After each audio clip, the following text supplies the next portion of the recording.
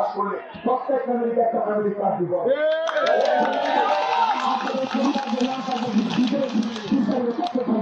এই কাজের মাধ্যমে প্রত্যেক পরিবারের কাছে 2,500 থেকে 3,000 টাকা প্রতি মাসে আপনাদের কাছে চলে আসবে। সেই টাকা দিয়ে আপনার টাকা সুযোগ টাকা ঘুরে সংসার চালাতে পারবে। বিশেষ করে যারা বলে লেখাপড়া করেন ইন্টারমিডিয়েট আমাদের মা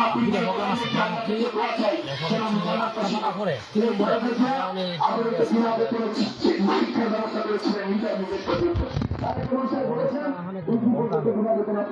লেখাপড়া ব্যবস্থা হবে।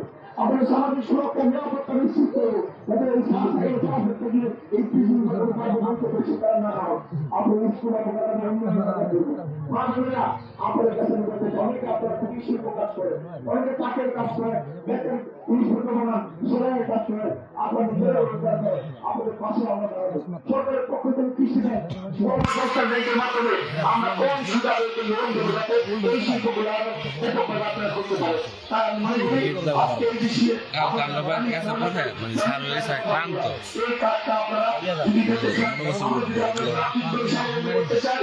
ক্লান্ত বুঝতে আমি দেখছি টেবিলে জিমাইট আছে।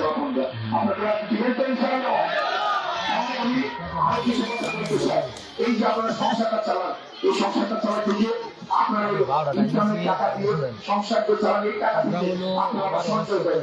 মাটির ব্যাংকে মাটির বসিতে কম্বল নিচে খাতার নিচে বালিশের নিচে আমার যখন সংসারে বিশেষ প্রয়োজন হয় আপনার স্বামীর জন্য টাকাটা আপনার কাছে চান, আপনার জিজ্ঞাসা করেন টাকাটা। এই যে একটা ভালোবাসার বন্ধন, এই যে মহব্বতের সম্পর্ক আমাদের এই সংসারগুলোর পাশে যদি সরকার দাঁড়াতে পারে তাহলে আমরা আরো স্বাবলম্বী হব, আমাদের সন্তানগুলো মানুষ হবে। আর সন্তানগুলো যদি মানুষ হয় বাংলাদেশের আগামী দিনের ভবিষ্যৎ আলোচনা হবে, আমাদের প্রজন্ম আমরা শক্তিশালী করতে পারবো। তাই প্রিয় মা বোনেরা আগামী নির্বাচনে আপনারা আমি শিশু ভোট দেবেন এবং নির্বাচন ভোট শুরু হবে।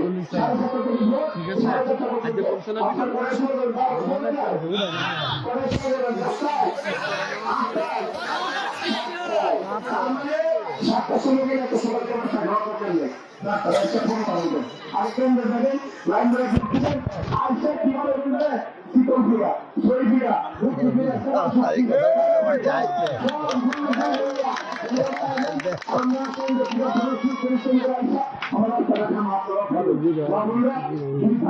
মনে করেন যদি সন্তান হিসেবে আপনারা মনে করেন বড় ঘোরা আল্লাহ নির্বাচনে আপনি নিজের প্রস্তাব দিবেন, অন্যের ভোটটা আমাদের কাছে আমার দ্বারা পৌঁছাবে।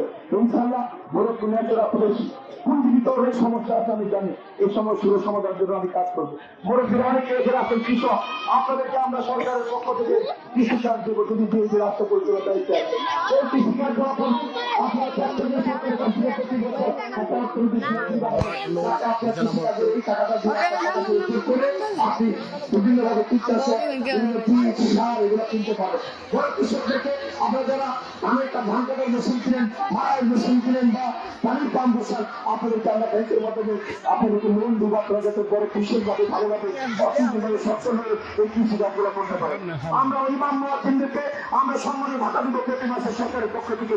বিএনপি যদি ধানের সিদ্দিকে বিজয়ী হয় তাই তোমার সাহেব বলেছে এই শুধু ইমাম মুয়াজ্জিন মুহাদ্দিস মৌলানা তারাই পাবে তা নয়, মুসলমানের বাইরে আমরা আমাদের হিন্দু সম্প্রদায়ের বাইরেকে বৌদ্ধ ধর্মের খ্রিস্টান ধর্মের যারা উপাসনের প্রধান আছে তারাও মাসে মাসে একটা ভাতা পাবে এবং প্রতি ঈদের মধ্যে দুটো ঈদে মুসলমানরা বোনাস পাবে মৌলানা সাহেবরা এবং হিন্দু ধর্মের যারা পুরোহিত আছেন অন্যান্য যারা আছে তাদেরকে আমরা বিশেষ বিশেষ দিবসে তাদের ধর্মীয় দিবসে আমরা তাদেরকে বোনাস দেবো।